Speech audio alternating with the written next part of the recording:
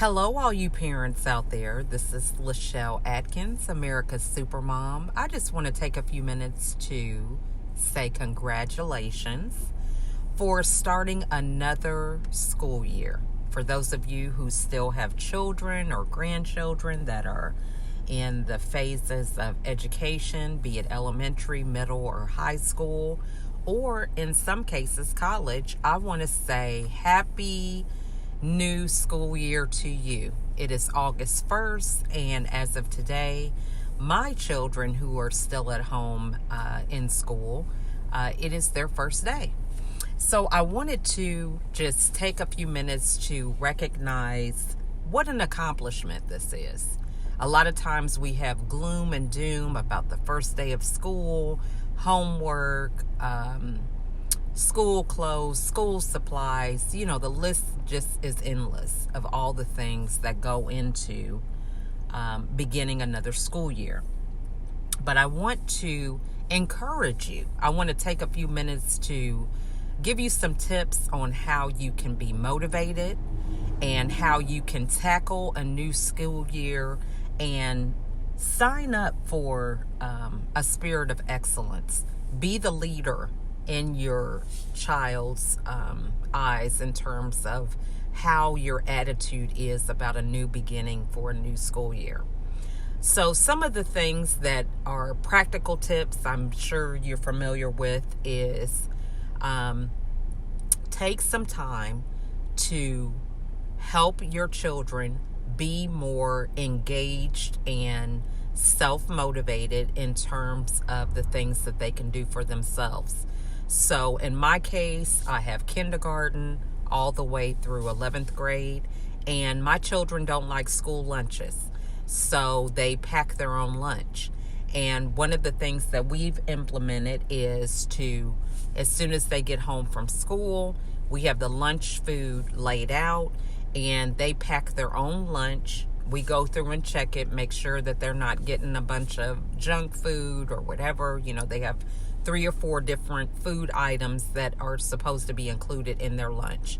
We also don't provide Capri Suns, any Kool-Aid jammer drinks, none of that. We get them bottled water. We feel that this is one time throughout the day that we are sure that they are drinking water. A lot of times kids prefer juices and things like that, and when they are going to be in school all day, they need water. They need to make sure that they keep their nutrient levels consistent, not having this sugar rush with everything. So that's something that we implement to at least be sure that they're drinking at least half a glass of water. Sometimes we use the mini waters, but most of the time we have the 16-ounce water bottles. Another tip is that we don't use lunch pails. We use just the plastic bags that we get from the store, and everything is in either a Ziploc bag or it has its own packaging that you can just throw away. This makes it easy because we don't have to worry about cleaning lunch pails and all that. So I'm sorry for those of you who may recycle, but that's just what works for us when we have 6 or 7 people packing their lunches per day.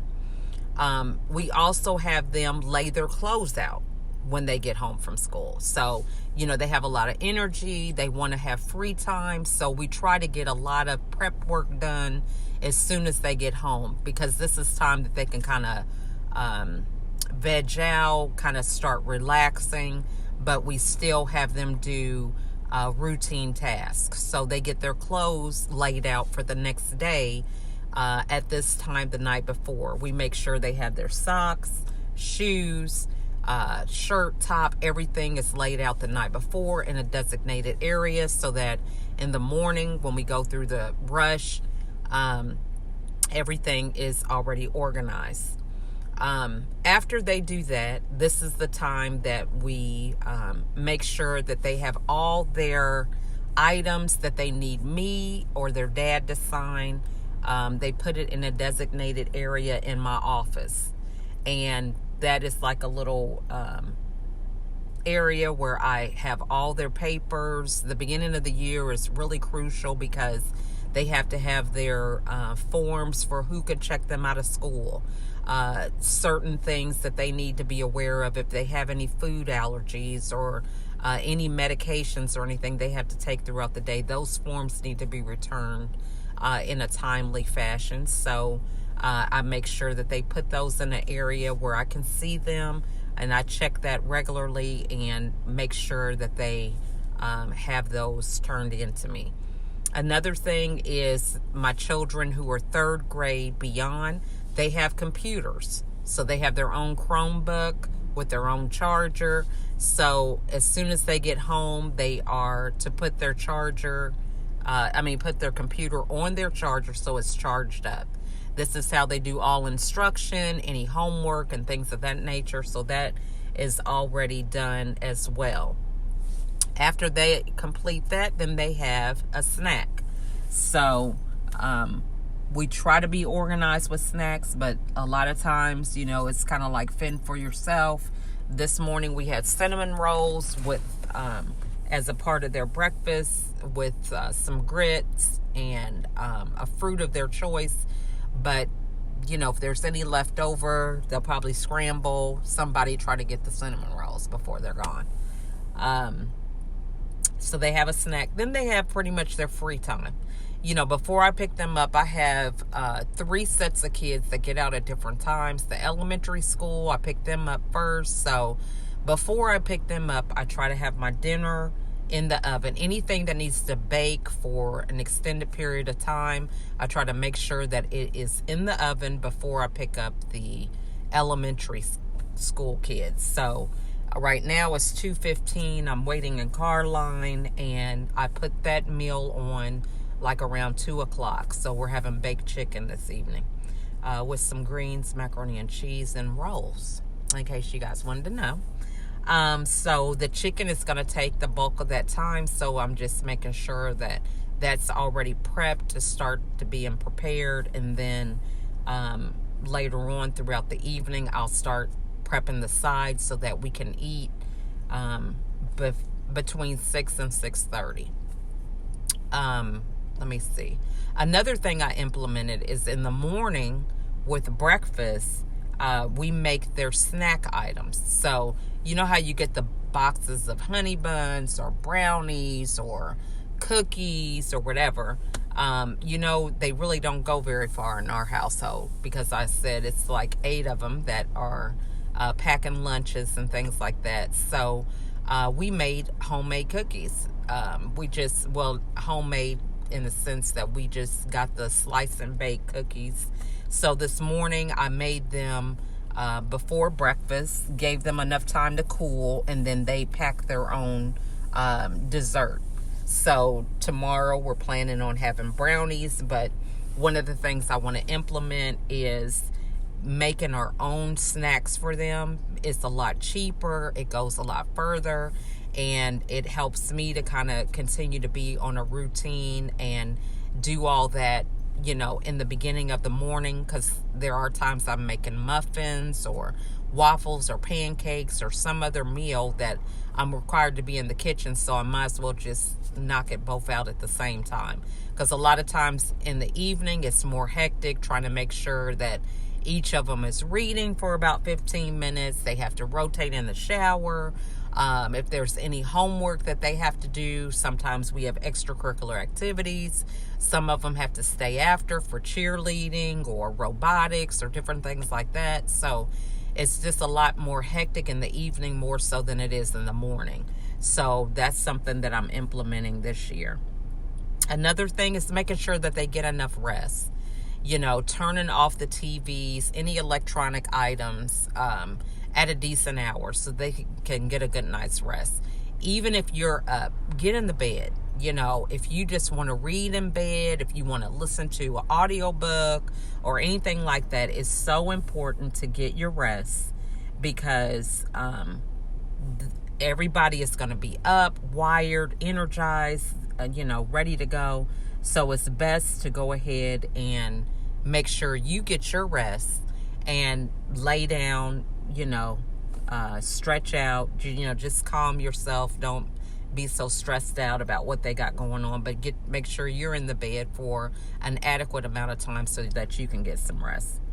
Another thing is to make sure that they're organized. If they, weekly checks in their backpack, make sure their backpack is cleaned out. Any kind of projects, papers that are left over, make sure you go ahead and get rid of that on a weekly basis. Empower them to keep their backpacks neatly organized. Things that they don't need, papers that they've already got returned to them, just begin to kind of throw those things away on a regular basis so that you just don't get overwhelmed a lot during the school year. Reading. Make sure that either you read or they read at least 15 minutes. We have nightly prayers, so we try to at least read a scripture before we go to bed and say prayer. But, they need to read. The more you read, the better you feel. The more, it just sparks creativity, ideas, just a number of things. So reading is very important, and it also sharpens their skills. So read at least 15 minutes. So one of the things, that I'm trying to implement is at least 15 minutes a day. So if I can bunch them into groups, elementary kids, hey, get a chapter book. My kids like Nancy Drew. I have a Nancy Drew collection from when I was younger. So, we get a chapter book. It's a mystery. We read for 15 minutes. And make sure you ask them questions. Get them engaged. Make sure they're not just listening or daydreaming. Who is the character in the story? What was the problem they were trying to solve? What do you think is going to happen next? What sparked, what do you remember, the most with your, with this chapter that we were reading? Anything to kind of keep them engaged.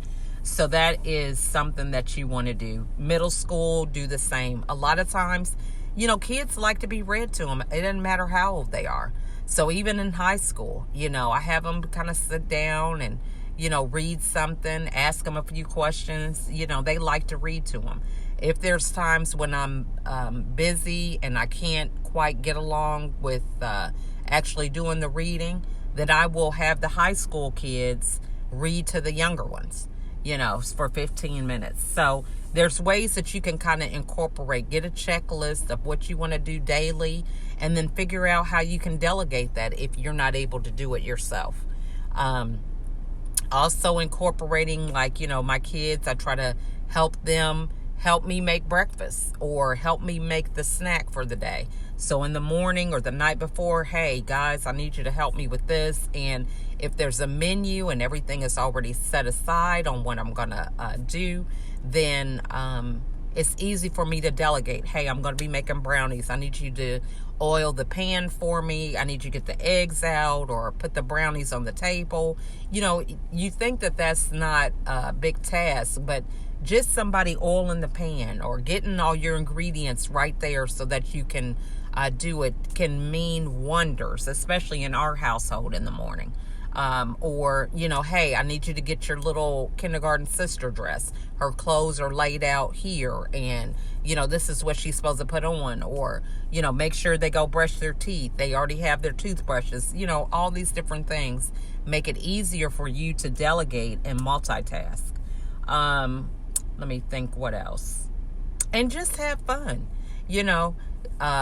stay informed with your teachers. One of the things I want to implement is weekly how are you messages to your kids' teachers. A lot of times our teachers aren't communicating and, I'm wondering what's going on in the classroom, or your kids are telling you stories about whatever happened. But take some time to reach out to your kids' teachers. Send them a note of appreciation. Thank them for what they have going on. Be proactive. Don't just wait for them. They have a classroom of 20-something kids. So if you could kind of be engaged and help them in that process, that is great. Do what you can to kind of be a blessing to them, because, we all are trying to tackle a new school year, and it can be overwhelming. A lot of the teachers, they have kids too, and we just think that they're there just to teach, but they have to juggle their kids and our kids and homework and picking their kids up and their household schedule. So be mindful and cognizant of being a support system and thinking about how you can help in other areas, that just by telling them that you appreciate them. So I think that's pretty much it. Have fun, create your own message that you want for your kids. I know for us, we work on excellence and leadership. We try to make sure that our kids have goals for the year. So, before the school year, we sit together and have vision boards that we make. How many awards do you want to get? What are some goals that you want to achieve? And so we work on those at the beginning of the year, and then we hold them accountable. Hey, you want to get a thing for perfect attendance, so you need to make sure that you are timely, or, that you have your stuff laid out. We kind of allow them to make their goals, and then we just hold them accountable to what they said they wanted to do. So this works for us, where we don't feel like we're actually, always nagging them, but we are just letting them guide us into how we're going to hold them accountable for the school year. So sitting down, taking some time to think about it. The award ceremony comes around so many times, and we started implementing this because we had one year where one of our kids was just disappointed. She got like maybe 2 awards, and one of her siblings got a lot more than she did, and she just had a rough time about it. And so we just started from that point on saying, well, it takes working hard from the beginning to the end of the year. And these are some things that you need to practice consistently so that you can get those awards. And that was all she needed. So just explaining to them that things just don't fall into our lap. We have to work hard for them, and we let them be the one to decide. We're not going to say, oh, Johnny got 5 awards, what's wrong with you? We just say, what are your goals and aspirations? That way we're not dealing with comparison, but we're allowing them to reach within themselves and whatever issue they have, so that they can get the awards that they are looking to achieve. So I think that's pretty much it I have for today. I feel like I've been a little long-winded in what I'm saying, but let's just be excited about 2019, 2020. Our family goal is excellence, being good leaders, and helpful. Being helpful not only to our classmates, but also to our teachers and any other people that are related or connected to the school, as well as in our community. Different things that we can do, when we go on our field trips and things like that, reminding our kids that they have to be helpful, that they are, setting an example, not just for the school, but also for themselves, and building their own character. So I wish all you parents a happy 2019, happy 2019-20 school year, and may you be blessed abundantly, and let's take this year by storm. That's all I have for today. Blessings. Bye.